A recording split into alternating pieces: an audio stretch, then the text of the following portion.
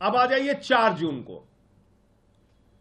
4 जून को supreme court में सुनवाई होती है इस साल इसी महीने।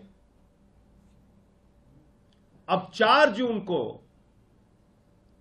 सीबीआई ने माननीय सर्वोच्च न्यायालय के सामने कहा, किसी और अदालत के सामने नहीं, देश की सबसे बड़ी अदालत माननीय सर्वोच्च न्यायालय सुप्रीम कोर्ट के सामने कहा, जब सुप्रीम कोर्ट ने कहा भाई कब तक आप जांच चलाएंगे, 2 साल हो गया,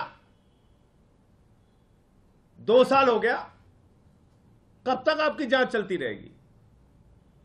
बोले सर साहब एकदम जांच पूरी हो गई, सब कुछ तैयार है साहब, बस 2 से 3 हफ्ते के अंदर हम फाइनल चार्जशीट दाखिल कर देंगे, अब हमको कोई जांच नहीं करनी।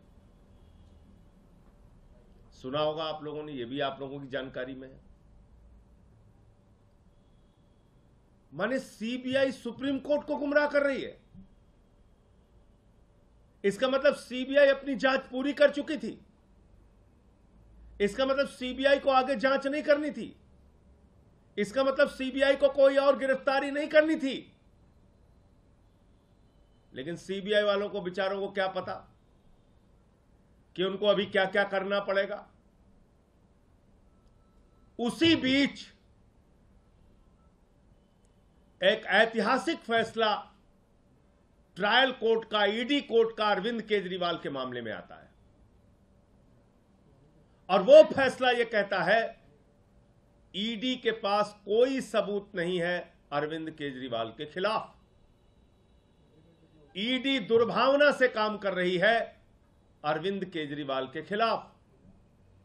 ईडी के पास कोई मनी ट्रेल नहीं है, कोई सबूत नहीं है, एक पैसे की बरामदगी नहीं है और इसलिए अरविंद केजरीवाल निर्दोष हैं। ये ईडी कोर्ट ने, ट्रायल कोर्ट ने, माननीय न्याय बिंदु जी की जज की कोर्ट ने ये फैसला दिया और उसी बीच ईडी के लोग गैर संवैधानिक तरीके से, गैर कानूनी तरीके से, बगैर आदेश की कॉपी लिए हाईकोर्ट पहुंच जाते हैं और उस जमानत पर स्टे ले लेते हैं।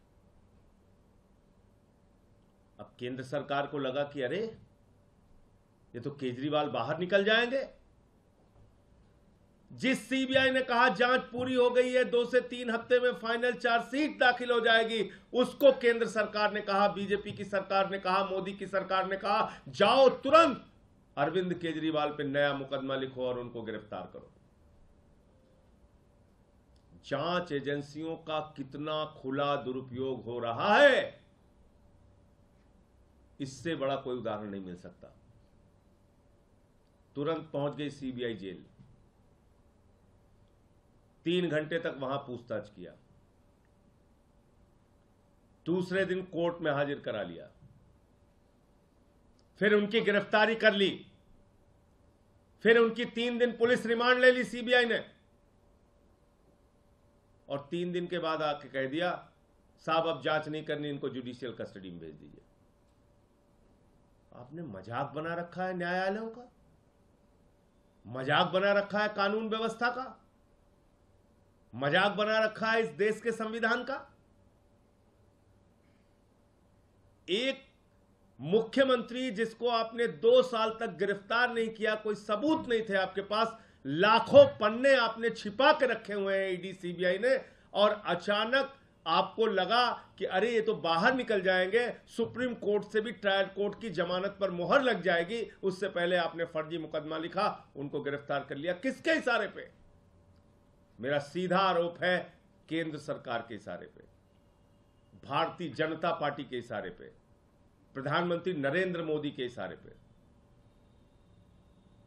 आपने एक लाखों पन्ने की तो चार्जशीट दाखिल कर रखी है, अलग अलग मामलों में लाखों पन्ने आपने छिपा रखे हैं। आपकी जांच अंतहीन तरीके से चल रही है, मुकदमे पे मुकदमा लिखे जा रहे हो। तो कल कह दिया साहब जुडिशियल कस्टडी में भेज दीजिए। तो 2 बातें साफ हो गई। नंबर 1, मनीष सिसोदिया के मामले में कोई सबूत नहीं है ईडी और सीबीआई के पास। सिर्फ उनकी जमानत को रोकने के लिए भारत के सर्वोच्च न्यायालय में खुलेआम ईडी और सीबीआई के द्वारा झूठ बोला गया।